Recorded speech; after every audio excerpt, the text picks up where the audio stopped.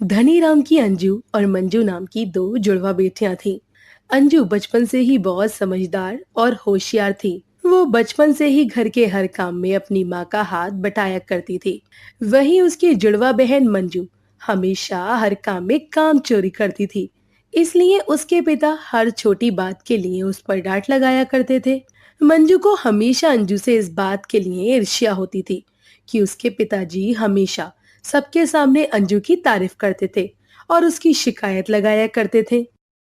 कुछ सालों के बाद जब वो दोनों शादी के लायक हुई, तो धनीराम ने रमेश और मुकेश नाम के दो जुड़वा भाइयों के साथ अंजू और मंजू की शादी करवा दी। रमेश और मुकेश दोनों भाई अपने खेत में खेती का काम किया करते थे। उन दोनों के बीच बहुत प्यार था। लेकिन जब दोनों भाइयों की शादी हुई, तो मंजू ने अपने पति मुकेश को उसके भाई और अपनी बहन के खिलाफ भड़काकर घर और खेत के दो हिस्से करवा लिए और लड़ झगड़ कर खेत का ज्यादा हिस्सा अपने नाम करवा लिया। रमेश अपने भाई से जमीन के लिए झगड़ा नहीं करना चाहता था, इसलिए उसने ज्यादा कुछ ना कहते हुए अपने हिस्से की आधी जमीन उसे दे दी और अंजू और रमेश के हिस्से में खेत का हिस्सा बहुत ही कम आया। रमेश जी, आजकल फसल बेचकर हम ज्यादा पैसे कमा नहीं पाते हैं। अगर ऐसे ही चलता रहा ना, तो कुछ दिनों में हमें खेती करने के लिए भी कर्जा लेना पड़ेगा। तुम सही कह रही हो अंजू।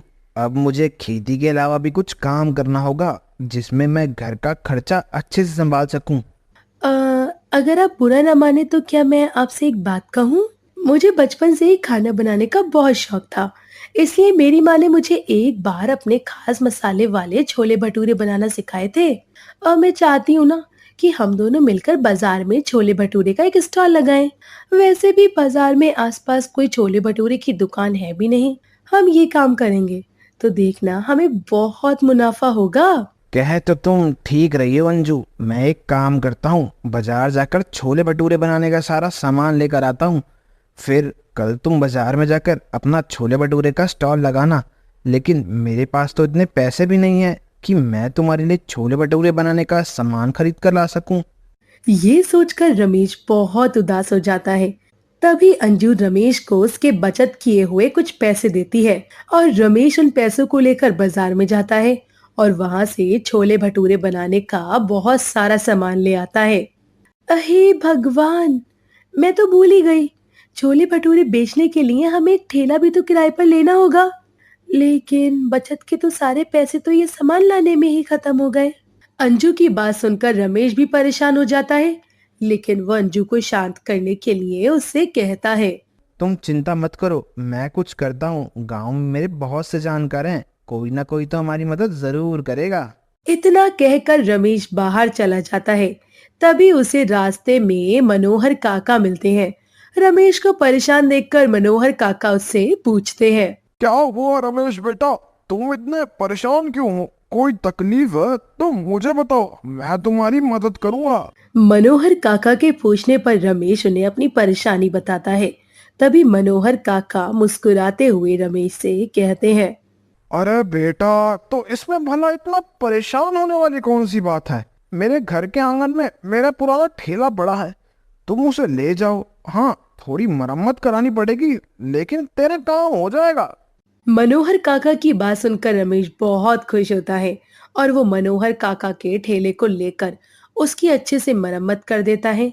अगले दिन अंजू सुबह जल्दी उठकर छोले भटूरे बनाने में लग जाती है और रमेश भी छोले भटूरे बनाने में अंजू की मदद करता है और छोले भटूरे बनाकर अंजू अपना ठेला लेकर बाजार की ओर निकल जाती है और रमेश खेती करने अपने खेत की ओर निकल जाता है। बाजार में उसका ठेला लगते ही वहां उसके छोले भटूरे की खुशबू फैल जाती है और उस स्वादिष्ट खुशबू को ढूंढते हुए लोग उसके ठेले पर आने लगते हैं। वाह बहन जी वाह, क्या खुशबू है। जब इन छोले भटूरे की सुगंध इतनी अच्छी है तो ये खाने में कितने स्वादिष्ट होंगे। मुझे तो इन्हें देखकर ही मुंह में पानी आ रहा है। जरा जल्दी से एक प्लेट लगा दीजिए। हाँ हाँ, क्यों नहीं भैया, बस अभी देती हूँ। अंजू अब ग्राहक के लिए गर्मा गर्म भटूरे तलती है और उन छोले भटूरों को खाकर वो ग्राहक बहुत खुश हो जाता है और धीरे धीरे उनकी खुशबू से अंजू के ठेले पर ग्राहकों की भीड़ लग जाती है। जो भी ग्राहक उसके छोले भटूरे खाता है वो अपनी उंगलियां चाटता रह जाता है। काम के पहले दिन ही इतनी अच्छी बिक्री देखकर अंजू बहुत खुश होती है। वो अगले दिन फिर से छोले भटूरे बनाकर बाजार में लाती है और अगले दिन उसके ठेले पर और ज्यादा लोग उसके हाथ के छोले भटूरे खाने आते हैं।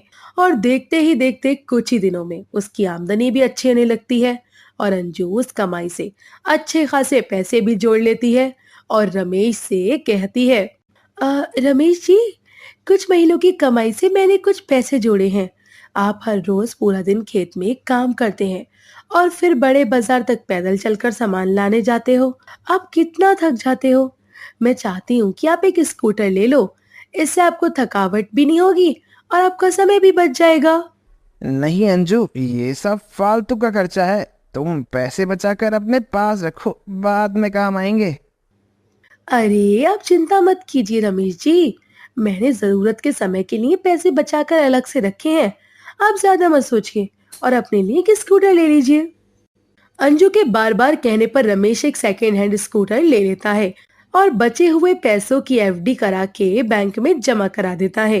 कुछ महीनों में अंजू और रमेश की इतनी तरक्की देखकर मंजू बिल्कुल भूल जाती है और अपने पति मुकेश से कहती है, आखिर कब तक हम ये खेती करके इस थोड़ी सी कमाई में गुजारा करेंगे। अरे अंजू और रमेश भाई साहब को देखो, कैसे कुछ ही महीनों में उन्होंने इतनी तरक्की कर ली।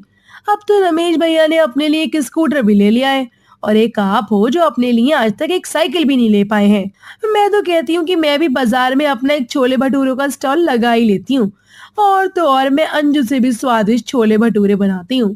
देखना, मेरे हाथ के छोले भटूरे खाकर कोई भी उसके हाथ के छोले भटूरे नहीं खाएगा।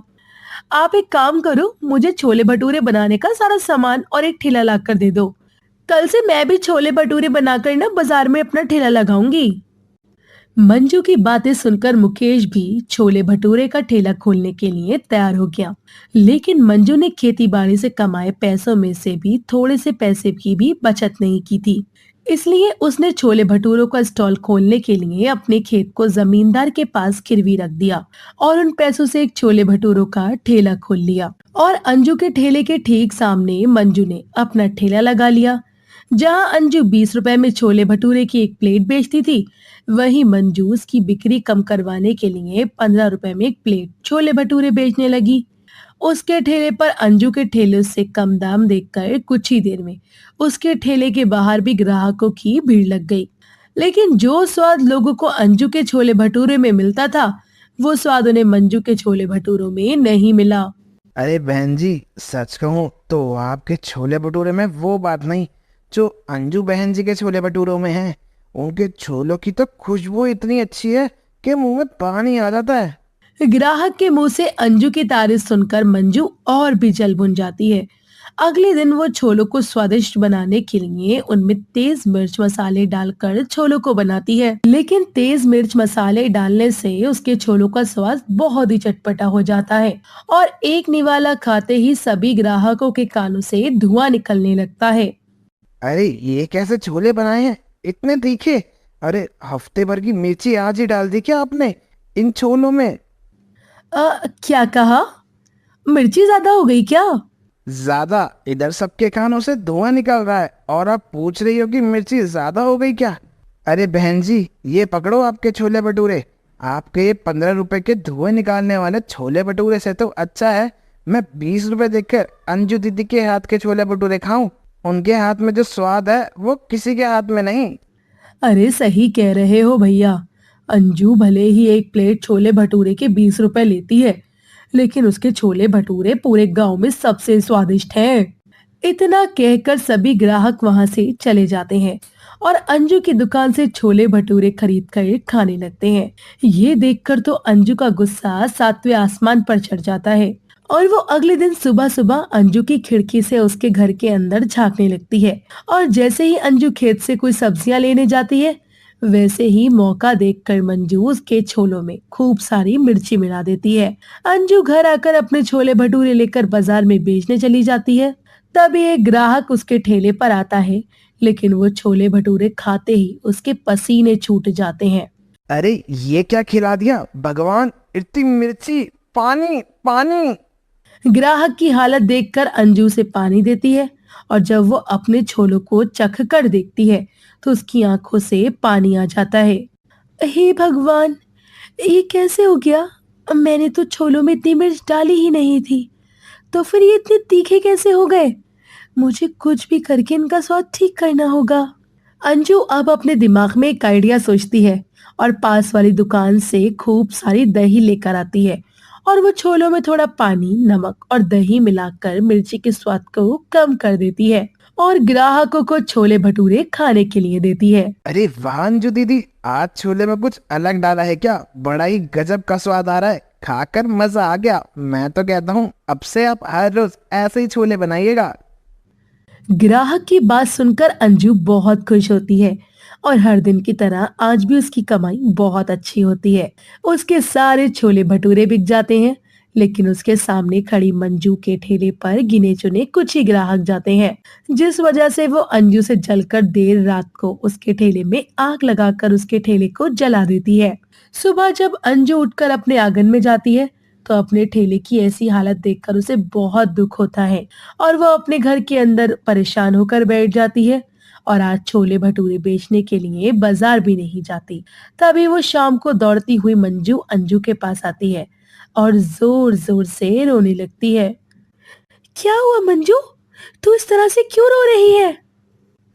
अंजू दीदी, मैंने आपसे जलकर पहले तो आपके छोलों को खराब करने की कोशिश की और जब मेरी वो तरकीब काम नहीं आई ना तो मैंने आपके ठेले को ही आग लगा दी। इसलिए मेरे गुनाहों की सजा आज मुकेश जी को मिल रही है। उनकी तबीयत अचानक खराब हो गई।